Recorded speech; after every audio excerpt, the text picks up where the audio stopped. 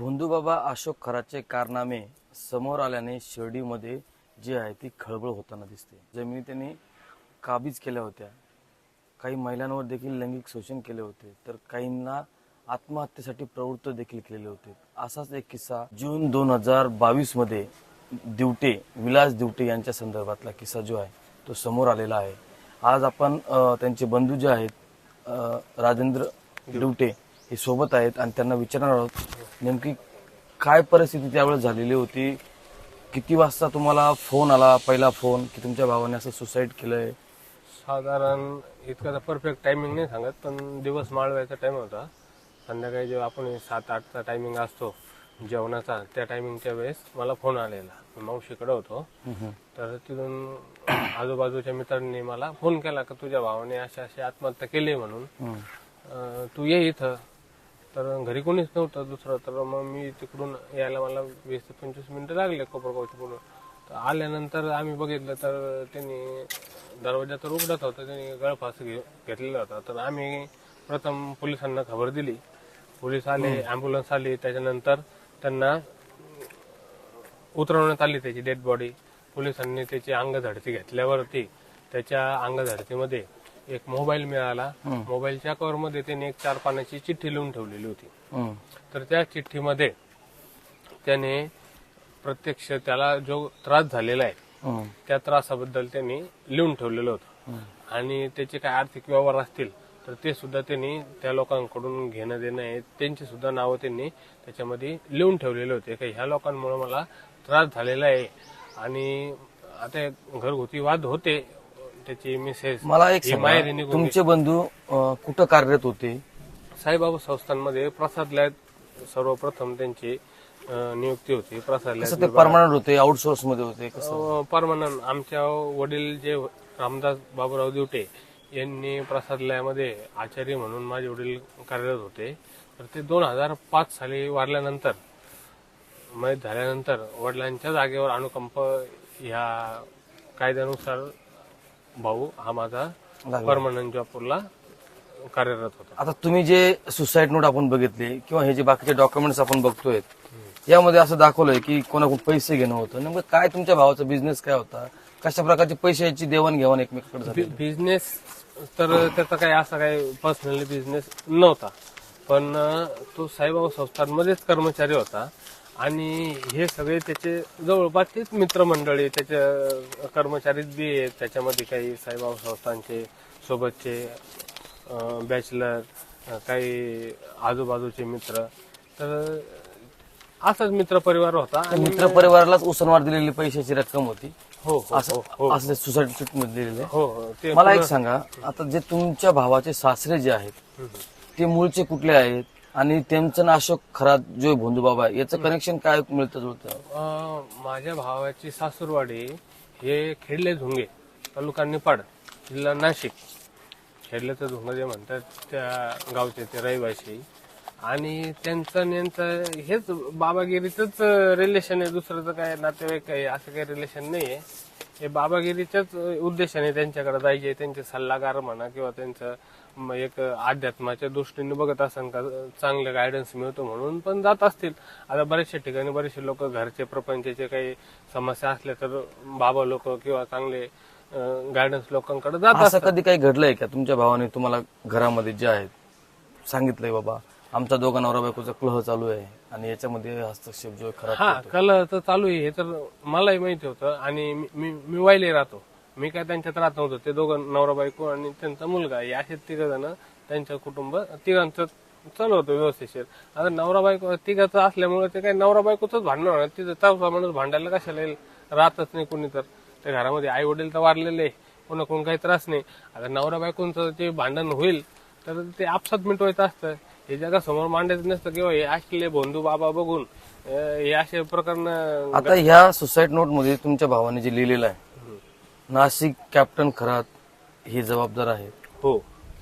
काय कारण असू शकतं ना खरात बाबा जबाबदार असण्याचं? की पोलिसांच्या साक्षीनं आणि पोलिसांनीच काढलेले मूर्तीच्या अंगझडतीमध्ये त्याला जेव्हा आम्ही खाली उतरवलं सगळ्या लोकांनी, त्यावेळी जेव्हा त्याला खाली उतरवलं त्याच्यातूनच काढलेली ही चिठ्ठी.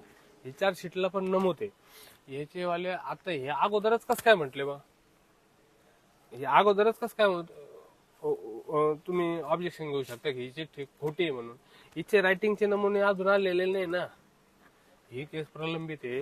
ही जी चिठ्ठी आहे, मी इतका शिकलेलो नाही, पण ही चिठ्ठी जी हँड रायटिंग मॅच होती का काय म्हणून हे कुठल्या तरी लॅबला चेक होतं, त्याचे अजून नमुने आलेले नव्हते.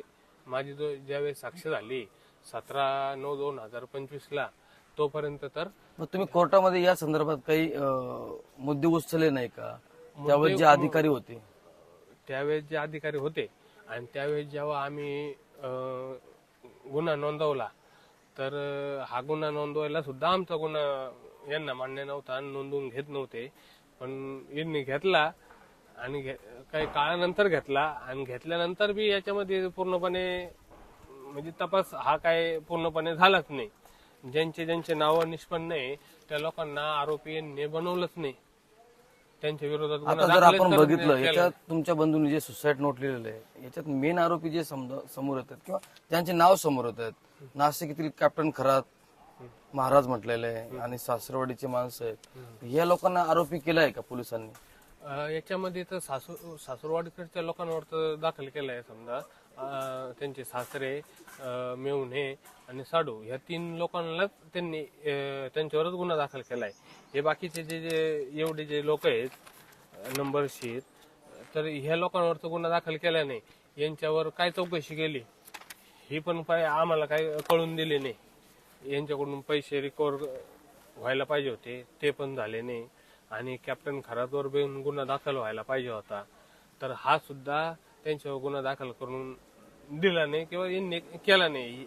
यांनी कोणत्या अंडर प्रेशर मध्ये नाही केला, हे त्यांना. आणि आमची एवढं सामर्थ्य नव्हतं का आम्ही एवढ्या मोठ्या हस्ती संघ, ज्याचे एवढे मोठमोठे अधिकारी, क्लास 1 अधिकारी, एवढे मोठ्या मंत्री संघ, जर का एवढे मोठे रिलेशनवाला माणूस आमच्या सर्वसामान्यांचं कोण ऐकून घेणार? त्यावेळेस जे अधिकारी होते इथं शिर्डी पोलीस स्टेशनला, ते कोण होते? काही नावं तुम्हाला माहित आहे का? तपासी अधिकारी असतील, PI असतील, DYSP असतील?